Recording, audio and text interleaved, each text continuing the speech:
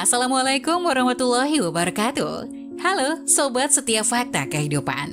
Tidak lupa kami sampaikan salam sehat, salam sejahtera, semoga tercurah segala bentuk kebaikan dan juga kita semua dalam lindungannya.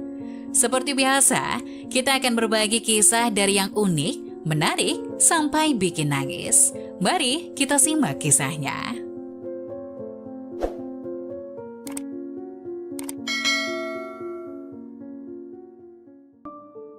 Istriku bekerja di kota. Dia meminta ayahnya yang pengemis tidak datang di pernikahannya. Tapi dia tercengang ketika ayahnya datang dengan iringan puluhan mobil mewah. Hamdan sejak kecil sudah menjadi anak yatim piatu. Dia yang tak punya sandaran siapapun terpaksa hidup bergantung pada sedekah orang. Dia sudah terbiasa dengan kehidupan seperti itu. Bagi dirinya yang terpenting bisa makan dan tak peduli dengan lainnya. Sampai suatu hari dia menemukan seorang bayi di tempat sampah. Dia berusaha keras mencari uang demi membesarkan dan menyekolahkan anak pungutnya itu. Anaknya itu ternyata tidak mengecewakannya. Anak itu mempunyai otak yang cerdas. Dia diterima di universitas terkenal. Setelah lulus, dia diterima sebagai pegawai negeri. Kemudian berkenalan dengan seorang gadis dan pacaran, sehingga membuat Hamdan sangat bangga. Namun calon mertua anaknya tidak senang padanya karena Hamdan seorang pengemis, sangat tidak sebanding dengan latar belakang bisnis mereka. Namun karena anak gadisnya bersikeras mau menikah, akhirnya orang tua gadis itu mengajukan syarat. Hamdan dilarang menghadiri resepsi pernikahan karena akan membuat malu keluarga mempelai wanita. Dalam benak putranya juga punya pemikiran yang sama, tidak menginginkan kehadiran ayahnya karena hanya akan membuatnya malu di hadapan para tamu undangan. Jadi putranya tidak pernah memberitahu kepada Hamdan tentang pernikahannya. Sehari menjelang pernikahan anaknya, Hamdan mengetahui bahwa itu dari orang lain. Hamdan pun berlari pulang ke rumah dan bertanya kepada putranya apa yang sedang terjadi. Putranya kemudian dengan jujur berkata kepadanya dan memintanya untuk tidak datang. Hamdan nyaris tidak percaya mendengar kata-kata anaknya.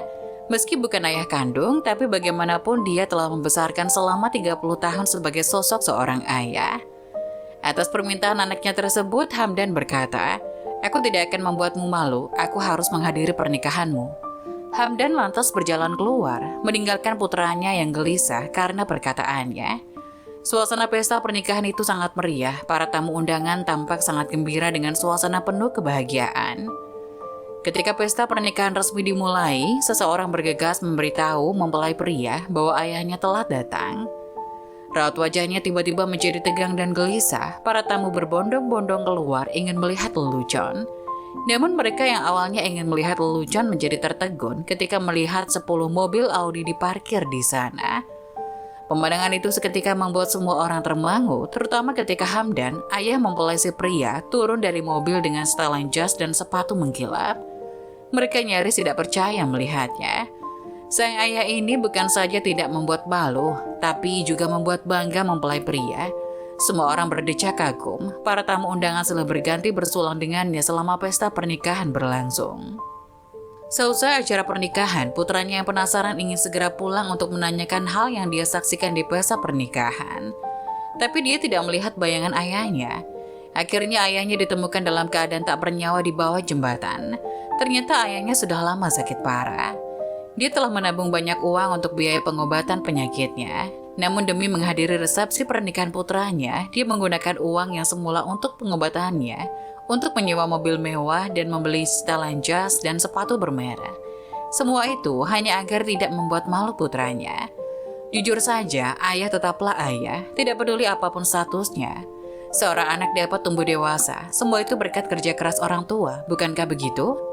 Apalagi Hamdan adalah anak angkat yang tidak punya setetes pun hubungan darah keluarga. Tapi dia telah berkorban seumur hidup untuknya, dan akhirnya harus berpulang dengan kondisi seperti itu. Bukankah anak angkatnya tidak tahu balas budi?